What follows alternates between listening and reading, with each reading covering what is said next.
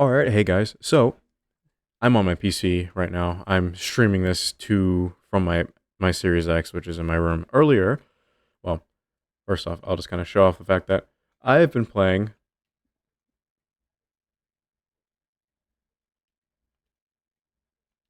Palworld for about 2 days. Almost 3.5 days. I have what? Yeah, 6 out of 10 achievements because there are achievements in the game and stuff. I'm mainly, and I have 2 worlds. Can I actually delete this world? I still can't. That's a bit of a bug that's going on with this. I'm mainly kind of playing, playing this right now. One, because of the hype of Palworld, and two, to kind of talk about the whole situation of recently Asmongold started talking about Palworld and more or less how it's kind of pointless to be talking about the art of the game when most people, specifically the general audiences, will not care. This is always great. My character's not female, but this is a standard character. But here we go. But general audiences don't really care about the game, the art of the game, or the stylization of the characters, as you can see with like the Masanda or the Robin Quill, which looks like I'm not even gonna get into it, but the whole thing of like, oh, the AI using AI to make these characters, they've been open source, well, open, uh, it's been open development for the game for the past 3 years. Although personally, I think maybe 3 years ago I did hear something about this or see like a concept trailer that they had released, or maybe that was like last year or something like that. The Power World devs, but certain. What am I trying to say? I had it all planned out, and I have a script in my head, but I don't write things down because I'm dumb. But yes, you can see that there's a lot of tracing and stuff like that, and this is what I want to get into. I do agree with Asmongold on this one thing, on this part. When it comes to video games, general audiences do not give a fuck about the art. We personally, I don't give a fuck about the art. I care about atmosphere and world building. And atmosphere, if we go down here, I changed my spawn rates to be 3 times, so this is going to be a bit different. But like, oh, you see the look, the Cativas, they're wandering around. The land balls are wandering around. The little chickapees are wandering around. Sometimes there's like Mammoris wandering around and shit like that. Like certain creatures will fight each other. Where is the gibbon looking one at? Where are you at? Is he stuck somewhere? I think he is. Oh no, you're doing something. Like gory rats, they will fight each other. If you have it on regular spawn rates and two of them like spawn near each other and one of them gets aggressive, they'll fight each other. Uh with the human enemies, they'll fight each other. They'll also fight like the pals and stuff like that too. That's atmosphere. That's world building. And if you compare how this looks, I mean, it looks kind of bad because I'm streaming this to my Xbox and stuff. I don't have an Elgato or anything like that. But if you look at this, like just even this whole little area, it looks more alive than the most recent Pokemon game before like the DLC that came out that added a bunch of shit into it. Like it looks more alive. There's texture and stuff like that. There is a bug where, and it's lagging because I'm streaming this, but there is a bug where the mesh for the ground deloads and you can fall right through it. But I kind of enjoy that because it's stupid. Like, look at these. Look at this. These guys will move around and fly, and as soon as they see me, they'll aggro on me and shit. But like, look, they move in herds, and they all follow like a one direction. I mean, it would be kind of better if they are the devs are going to update the game to have better uh AI pathing, the artificial intelligence of the pals and the human enemies, like their pathing and stuff is going to be changed so they don't always walk in like a single file line. But I think it's funny, especially with the chickens. I think it's great that the chickens still walk like that. The duck, the penguins, not so much. But I mean, like, even look at the map. This is so much better than stop it. Than what we have going on. I mean, I fought a lot of these bosses. I'm playing on a bit of a custom, like, single player thing. Stop it, controller. My controller's being all weird. A bit of a custom thing right now, but I'm having a lot of fun. Like in this area, I found a bunch of huge eggs. I've gotten 2. God damn it! Bit of a bug with the. You know what? I should probably just fly. It's raining also. I've gotten 2 Yormantide Ignis and stuff like that. I've gotten a lot of Vanworm Chris. I have to double tap A, which is dumb.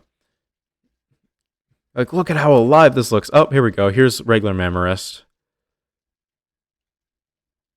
And I mean, like, you don't see anything like this in Pokemon. This is more akin to Arc than anything else. Don't select a recipe, you moron. Here we go. And, like, okay, yes, they have penguins in the game. So what? Empoleon is not a new concept. It's just that this looks derpy as fuck, while Empoleon looks more like an emperor. This guy is a fucking sailor. He's a captain, I think. Is that right? I think so, because the tassels, there's 3 of them. I think that's reminiscent of a captain rank for, like the captain of a ship and shit. I mean, you don't get this kind of stuff. You have to, in Pokemon, you have to buy all your shit. In here, you can be self-reliant. You can be self-servant and shit. I do kind of hope. So, you have, with your bases and stuff, you can have a max number of 3. The max number you can set in the config, in the world settings, to max number of pals working in your base can be maxed up to 20. And I think it's normally 15, but I wanted it to be 20 because, hey, who doesn't want that? Also, earlier, I found a huge verdant egg. Like, you don't get all this kind of stuff. Breeding is much more difficult. Oh, there's a Goryrant. I completed my bonus, so I got all of XP. What's this one? I got another Verdash. That's also another one where it looks like another, like a Pokemon, but combined with other aspects of different Pokemon and stuff. Like, going back to the whole tracing thing, I'm putting down my controller now. Going back, actually, hang on, let me increase the size of my thing now and get back into this. So going back to the whole thing of like, oh, another argument that people have been making against Palworld is like, hey, a lot of these creatures have been traced. They've been copied and slightly altered. That's how most artists get started. As I said, I don't know. I don't even think I said this earlier. I was planning it out, but no, did I say it earlier? I don't remember, but no, yeah, I did. I would trace over, like, hang in there cat poster pictures and learn how to draw that near perfectly, and then change it to my own style. And then I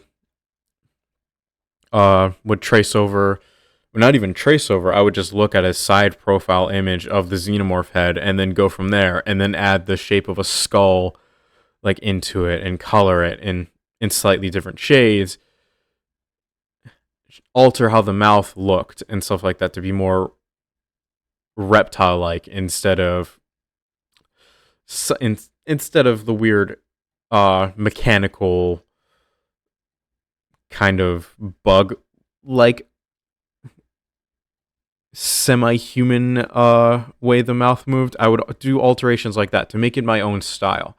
And that's what they did, and that's what the Palworld devs did here. I don't remember the name of the devs at all, but you have to understand that's how most artists get started. The only time I ever care about an artist's opinion personally is when they work on a webcomic and when they work on an animated show.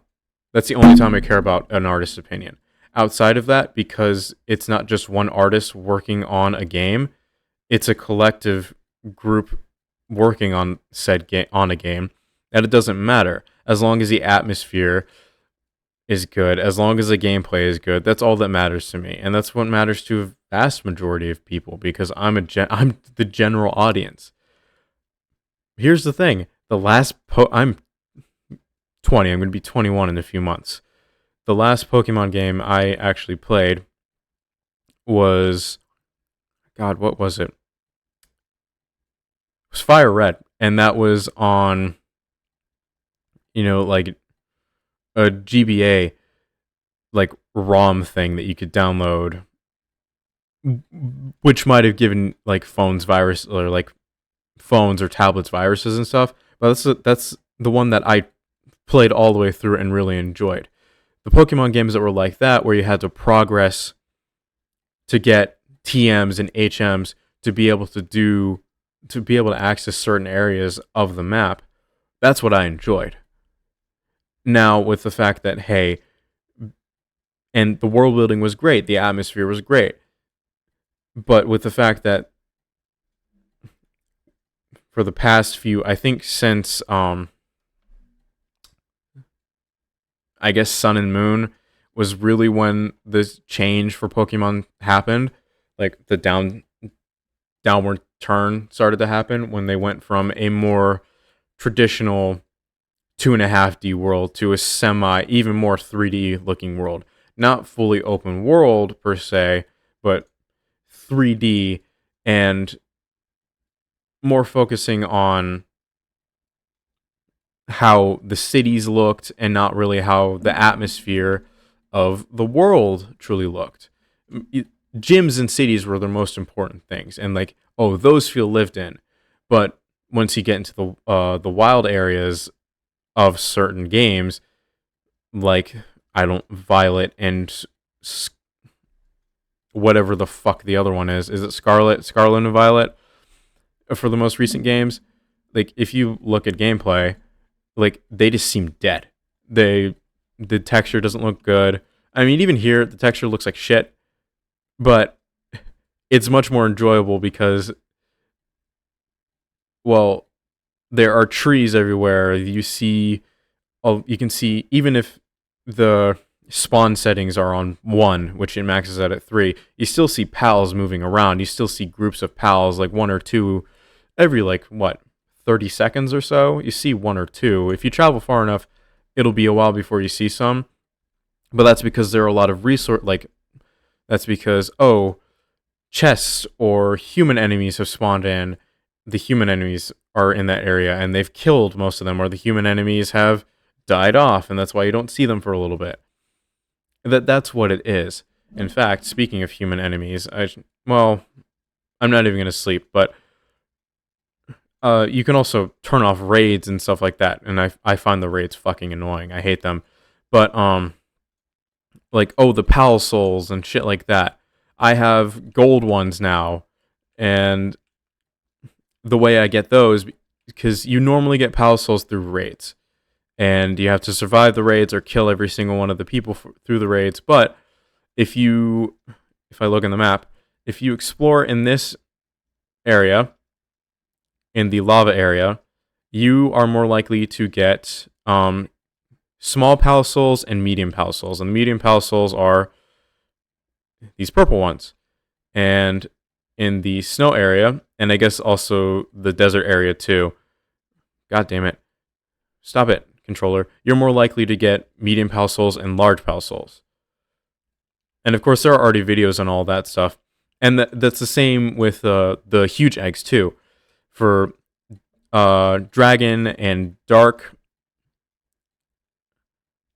I get dragon, fire, and dark eggs. Huge eggs are the huge versions are more likely to spawn here in this area. I found the dragon eggs in the green areas. I found a few dark eggs. Verdant eggs, well, verdant and the green eggs, which are for the grass pals. The verdant eggs would generally spawn in these areas. Verdant, common, which is for normal type pals, and then the electric ones will spawn here. And then you have snow and water will generally spawn here. Now, the further up you go, the much higher difficulty it is, and the more rare resources you're going to get. But you also have to understand that with the rare resources there are, the more difficult the pals are going to be. That's another thing that's like taken from a lot of games like this or survival games. You travel to certain areas, there's a bit of a soft lock in level. You can go there, but you have to be careful or you're going to get your ass handed to you very quickly. And that's happened to me many times. And I have what? And there's also like special islands called wildlife sanctuaries, which they don't look like ones, but this is where you can get some of the rarer pals. Like this one over here, the Orserk, which if I remember correctly, I got from this one over here. I got it from this, and then I also got a Blazemut, which is also a boss, too. The Blazemut is the boss, is this boss that I'm circling around. He's what? Show me.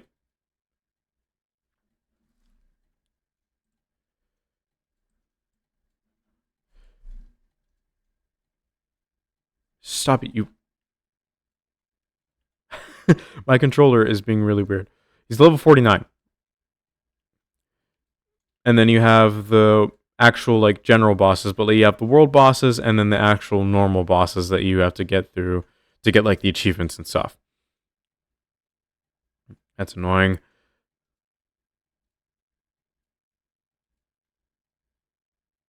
I hate how finicky this is. Yeah, he's level 49. He spawns in a weird area. He's in a mine shaft and shit. Like, he's one of the better tames in the game, like one of the better fire tames. And then Anubis is another really good tame as well. Again, this whole world is so much fun, and it varies in each area. I like it, and now speaking on Nintendo, specifically on how they have they have incredible lawyers at their beck and call. It's surprising that they didn't like they keep an eye on shit like ROMs, like ROM hacks and Nuzlocke stuff because they don't support that kind of shit. They fucking hate it. It's more surprising that they didn't nip this game in the bud in like the first year of development because they keep an eye on stuff. They are not both the Palworld devs and Nintendo are not based in the United States. Everybody knows that Nintendo isn't, but the Palworld devs, they're based in Japan just like Nintendo is. So it's not an international case, it's a domestic case for them if they do decide to sue or pursue legal action at the full behest that Nintendo usually does. The only reason why they started getting involved, one, is mainly because people are complaining and don't realize that this game is good for Nintendo because it'll create competition. If they can compete with a game that is going to get free updates, is in early access, and well, has a similar style, but takes it in a completely 180 direction of survival and getting stronger to make sure you can survive, specifically the raids, because those things get difficult as fuck. The higher level you get, the more difficult the raids are. Like, you have to be You need to be smart with your resources. You need to eat food. In Pokemon, you don't need to do that shit. You need to be smart with your Pokeballs and like your the potion, the healing items, and TMs and HMs and any other like held items and shit like that. You need to be smart with that stuff. But your character doesn't need to eat. Your Pokemon, they don't need to eat food. I mean, there's an item in the key items, um, several items, the feed bags and the huge feed bags. Like you can hold food so that whenever you get hungry or your pals get hungry, they can eat. And you need to be smart about what pals you're hunting to get the best food. I mean, herb roasted lamb ball is really good. Where is it at? It's common, but it's really good because it provides like 70 nutrition. Mamorest steak provides 252 nutrition. That's its saturation, but you get what I mean. And I mean, you need to be conscious of all that stuff. And if you want to get into breeding, which I'm planning on doing later. Oh, that guy just fell from the sky. When you want to get into breeding, like you need to be conscious that you have the correct pals to create the cake, because you need flour, you need milk, and you need eggs. I do have a Chickpea. I think it's a shiny or a lucky. Yeah, it is lucky. And like, oh, you have certain things that make your pals better. This guy's lucky, so his work speed and attack are up by 15%. If I get other stuff that increases his work speed, then he'll be able to lay eggs faster, or like breed for him to be able to lay eggs faster. I need to create a ranch, and I mean, I found a few areas I don't want to use because, well, I'll show you right now. One fucking issue that I have with this game is that you cannot set bases too close to each other. They have to be pretty fucking far away. See, too close to another base. And as you can see, there's a barrier right there.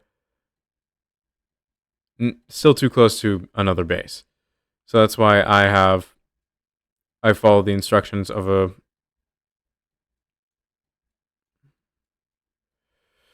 another guy of a lot of people, other people to use this area where my cursor is going on, where that other base icon is at, to have a mining location for all specific creatures that are good at mining. And the next base I'm going to build, because this is my main base, it's in the starter area, and I like that it's in the starter area, because then if I want to get Mamorest steaks to feed my creatures and stuff, my pals, Mamorest spawn here, infrequent, and also the boss spawns here, and he drops a lot more Mamorest steaks. So, Pokemon is not... It has a lot of similar aspects to Pokemon, but also has similar aspects to so many other survival games. I've also seen a whole thing of like, they copied Ark. Yes, they did copy Ark in this. I'm not going to deny that. They blatantly copied Ark in this aspect, but that's fine because I like this system of learning stuff. It's much simpler to understand than most other systems of, I'd say, like Rust, and I watch Rust videos and I don't fucking understand the technology, like the technology system of the game whatsoever. I don't understand it, and I don't want to care to understand it because that's not a game that I want to play because it's too competitive. This game isn't competitive. It's fun. You want to play with friends and compete with each other. Like, you have to share a base, of course, but that doesn't matter. Now, with Pokemon, yes, it is entirely competitive, and there's nothing you can really change about that. But this isn't Pokemon. This is an entirely different game. It has a lot of similar aspects to both Pokemon and many other survival games. But that doesn't matter because it's its own thing. It took inspiration. It changed many aspects of survival games and Pokemon itself by taking inspiration from them and building upon them to be something different, to be a combination of the two things. I mean, look at the You can look at the Pokemon mod for Arc. Like, that's pretty much what this is. That's what this is, pretty much. It's just realized as its own fucking game. And a lot of people fucking love that Arc game. The Arc Pokemon mod. Like, it was really popular, like, really popular in Arc. Especially with videos and stuff, like Every Night X Riot. His series on that was super popular. Like, you have to understand, this is something that people want. They want to play with Pokemon, but they also want to kill them permanently too. Like, who doesn't want to kill a cute creature sometimes when you're just like, yeah, like, I'm a monster. I want to be a bit of a monster today. Like, who doesn't want to be like that? I don't know. I know I sometimes want to be like that. But I'm just giving my general impressions of the game. I like this game. I have so much fun with it because, again, I've... Stop that. I played this for over 2 days. Like, look at it. Over 2 days. And I'm the only one of, like, my friends, quote unquote, friends that actually played this. So, again, I enjoyed this game. General audiences have enjoyed this game. I want to buy it on Steam, but I don't really have a lot of money on my Steam account. But I eventually will buy it on Steam. And I will make a series on it when it reaches full release.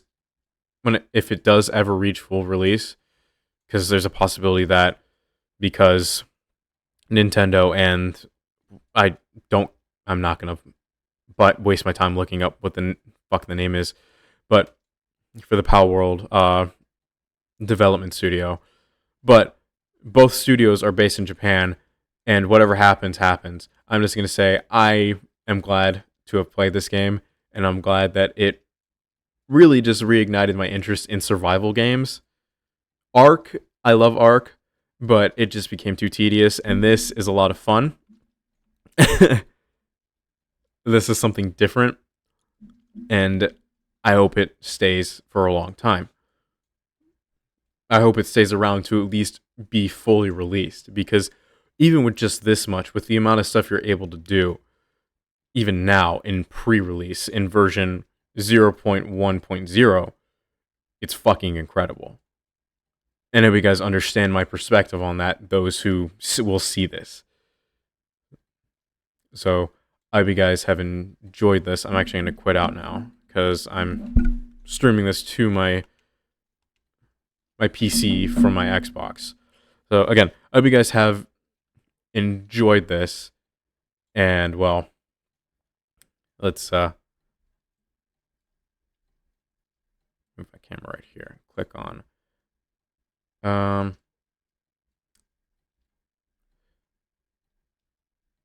Yeah, again, I hope you guys have enjoyed this, and, well, I'll see you guys in the next one.